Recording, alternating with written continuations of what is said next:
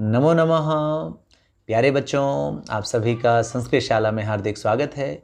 और आज की वीडियो में हम जानेंगे प्रत्ययों को कि प्रत्यय क्या होते हैं, कैसे उनका प्रयोग किया जाता है, क्या उनका कार्य है और कौन कौन से प्रत्यय आज की हम इस वीडियो में जानने वाले हैं।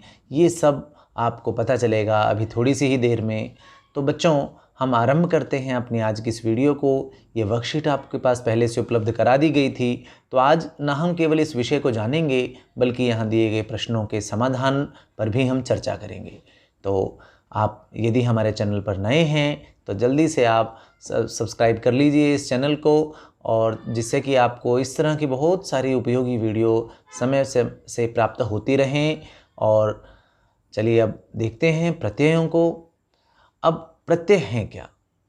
जो शब्द मूल शब्द के अंत में जुड़कर नया सार्थक शब्द बनाते हैं वे प्रत्यय कहलाते हैं। अब देखिए, शब्द बनाने के लिए, नया शब्द बनाने के लिए हमें प्रत्ययों की बड़ी आवश्यकता पड़ती है। और ये कहाँ जुड़ते हैं? अंत में जुड़ते हैं प्रत्यय से।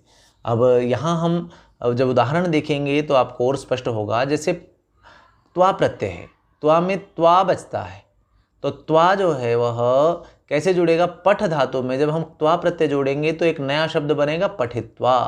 अब पठ धातु का अर्थ है पढ़ना, और हमें ये कहना है कि मैं पढ़कर लिखता हूँ। तो पढ़कर ये कहना है तो हमें त्वा प्रत्यय जोड़कर शब्द बनाना होगा। तो इस तरह से प्रत्यय जो हैं वह नए शब्दों को बनाने में सहायक होते हैं। तो इस वीडियो में हम 3 प्रत्ययों को जानेंगे, त्वा, ल्यप और तुमुन। इनमें से त्वा और ल्यप, इन दोनों का प्रयोग जो है वह एक स्थिति में होता है। वो कहाँ है? त्वा व ल्यप प्रत्ययों का प्रयोग करके इस अर्थ में होता है कि पढ़ करके, लिख करके, जा करके, आ करके, इस अर्थ में पढ़कर, लिख कर, जाकर, गाकर, हंसकर, खेल कर, इस अर्थ में प्रयोग होता है। और जो अगला है तुमुन प्रत्यय। देखिए, ल्यप की बात करें अगर, तो त्वा में से तो हमने देखा था कि त्वा बचता है, और ल्यप में क्या शेष बचेगा? ल्यप में बच्चों बचेगा सिर्फ य। और प्रयोग होगा कहाँ पर? देखिए, वी उपसर्ग है, वी जमा लिख जमा ल्यप, तो मिलाया तो बन गया विलिख्य। तो ऐसे ही जो है वह तुमुन प्रत्यय को देख लेते हैं। तुमुन प्रत्यय में क्या शेष बचता है? तुम शेष बचता है बच्चों। तो कैसे बनेगा? इसका प्रयोग कैसे होगा? हस जमा तुमुन, तो क्या बनेगा? हसितुम। तो ये हमने तीनों प्रत्यय हम यहाँ पर इनको देखेंगे। और तुमुन प्रत्यय का प्रयोग कहाँ होता है? तुमुन प्रत्यय का प्रयोग बच्चों के लिए अर्थ में होता है। तो जैसे पठितुम पढ़ने के लिए, हसितुम हंसने के लिए, चलितुम चलने के लिए, इस अर्थ में यहाँ पर प्रयोग होगा तुमुन प्रत्यय का। तो चलिए अब तुमुन प्रत्यय के और इनका त्वा, ल्यप व तुमुन प्रत्ययों का अभ्यास हम कर लेते हैं यहाँ इन प्रश्नों के माध्यम से। अब प्रथम प्रश्न है समुचितम मेलयत। आपको यहाँ क्या करना है बच्चों? मिलान करना है। तो मिलान हम करते हैं अभी। जैसे देखिए कि चल जमा तुमुन। अब चल में तुमुन जोड़ेंगे तो तुम पीछे बचेगा, तो क्या बचेगा यहाँ पर? इनमें से देखिए, आप खोजिए यहाँ कौन सा बनेगा। चल जमा तुमुन किसके साथ मिलेगा? ये मिलेगा चलितुम।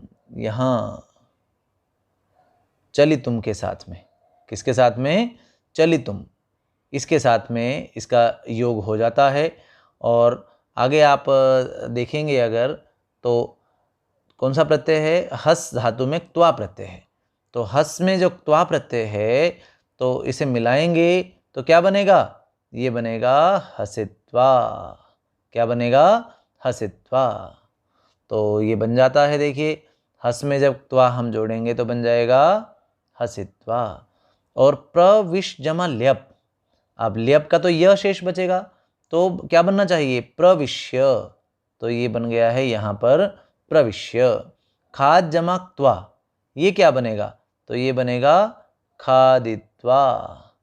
क्या बनेगा बच्चों? खादित्वा। और गम जमा तुमुन, तुमुन में क्या शेष बचता है? तुम।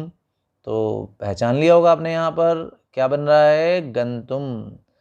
और दृश जमा त्वा, कुछ ही शेष हैं बचे हुए बच्चों, तो क्या बनेगा? दृश जमा त्वा। दृश जमा त्वा बनता है दृष्टवा। क्या बनता है? दृष्ट्वा। ये यहाँ पर थोड़ा सा अशुद्धि है लेखन में, तो क्या बनेगा? दृष्ट्वा। और परित्यज जमा ल्यप, ये क्या बनेगा? परित्यज्य। क्या बनेगा? परित्यज्य। और नी जमा तुमुन, नी धातु में तुमुन प्रत्यय जोड़ेंगे तो बनेगा नेतुम। तो इस तरह हमने इन प्रत्ययों को मिलाया है इनके साथ में। कौन सी धातु से में त्वा, तुमुन, ल्यप इन प्रत्ययों का प्रयोग होता है तो क्या शब्द बनता है। अब हम देख लेते हैं दूसरे प्रश्न को अपने। और दूसरे प्रश्न में क्या करने को कहा गया है? दूसरे प्रश्न में बच्चों कह रहे हैं कि समुचितम पदम चित्वा रिक्त स्थान पूर्तिम कुरुत। अब रिक्त स्थान पूर्ति हम यहाँ पर करेंगे और प्रश्न है कि गुणाः अपि निर्गुणम रिक्त स्थानम दोषाः भवन्ति। गुण भी दोष हो जाते हैं। किसको? निर्गुणम प्र आप ल्यप। प्र में आप जोड़ेंगे तो प्राप बन गया, और ल्यप का क्या शेष बचेगा? य। तो क्या बनेगा? तो ये बन जाएगा बच्चों प्राप्य। क्या बन जाएगा? प्राप्य। ये हमारा बिल्कुल सही उत्तर बन जाता है। आगे है अहम एतम सरस तीरे दह त्वा खादिष्यामि। अब दह धातु में त्वा प्रत्यय जोड़ेंगे तो क्या बनेगा?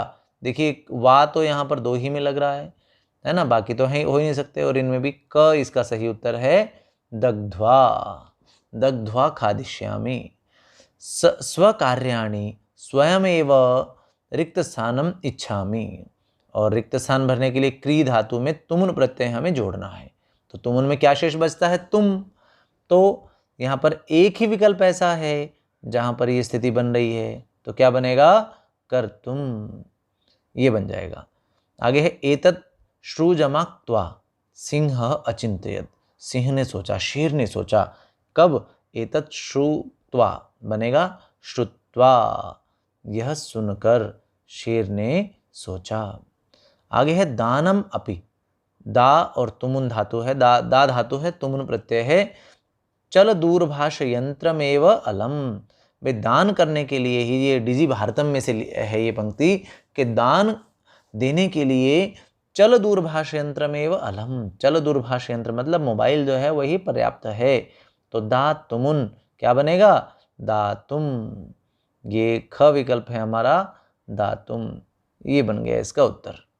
तो इस तरह से हम इनका प्रयोग कर सकते हैं बच्चों। इन्हें जो है वह जोड़कर हम ऐसे बना सकते हैं। अब यहाँ देखते हैं तृतीय प्रश्न में क्या करना है। अब तृतीय प्रश्न में कहा गया है कि आपको क्या करना है। आपको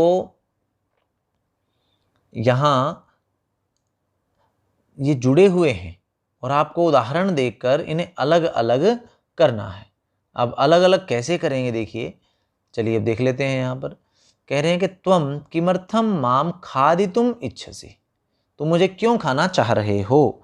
अब खादितुम जो है ये कैसे बनेगा? खादितुम बनेगा बच्चों, खादितुम में धातु है खाद और प्रत्यय है तुमुन, तो खाद जमा तुमुन।